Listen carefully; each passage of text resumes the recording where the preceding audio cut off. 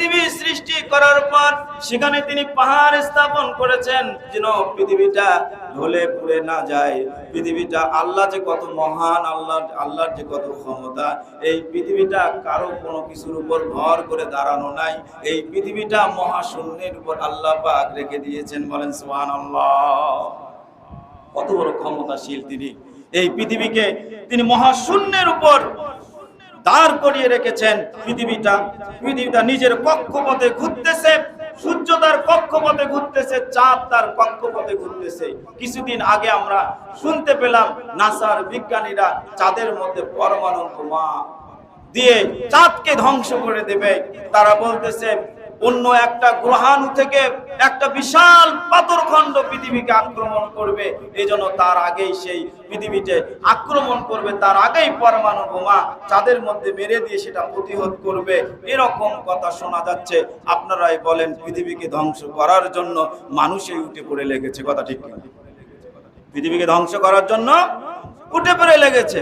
মহান রব্বুল আলামিন এই পৃথিবীটা যখন তৈরি করেছেন, তখন পৃথিবী থেকে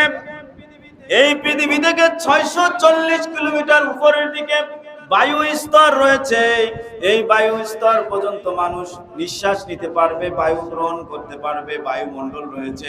আর তার উপরে যদি কেউ যাওয়ার জন্য চেষ্টা করে, সেখানে অক্সিজেন নিজের কাছে রেখে তারা ভ্রমণ করতে পারবে। বলেন সুবহানাল্লাহ। একটু আওয়াজ দেন, বলেন সুবহানাল্লাহ। 640 কিলোমিটার একটা বায়ুমণ্ডল রয়েছে, অদৃশ্য একটা বায়ুমণ্ডল।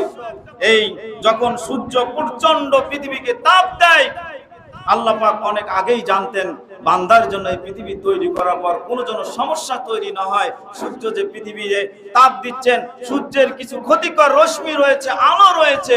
সেই রশ্মি এবং আলোগুলো ডাইরেক্ট যদি আমার বান্দার গায়ে পড়ে, ক্যান্সার তৈরি হবে, বান্দারা বাঁচতে পারবে না।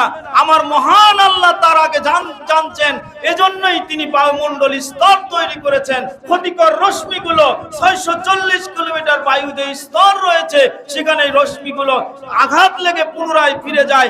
আসল যেটা মানুষের জন্য উপকারী, যেটা রশ্মি আলো, সেটা আল্লাহ পাক সূর্যের মাধ্যমে মানুষকে তাপ দিয়ে সাহায্য করে থাকেন। বলেন সুবহানাল্লাহ। আল্লাহ পাক কত মহান, আমাদের জন্য কত রহমত দিয়েছেন। আল্লাহ পাকের সেই সৃষ্টি দেখলেই মাথা নত হয়ে আসবে। কথা ঠিক কি? আল্লাহ পাক এত সুন্দর করে আমাদের জন্য তৈরি করেছেন। সেই বায়ু স্তর যদি না থাকে, সেই বায়ুমণ্ডলকে আজকে বড় বড় চীন বলেন, জাপান বলেন, আমেরিকা বলেন, রাশিয়া বলেন, বড় বড় কারখানা তৈরি করে সেই ধোঁয়াগুলো বায়ুমণ্ডলে যখন চলে যাচ্ছে, বায়ুমণ্ডলের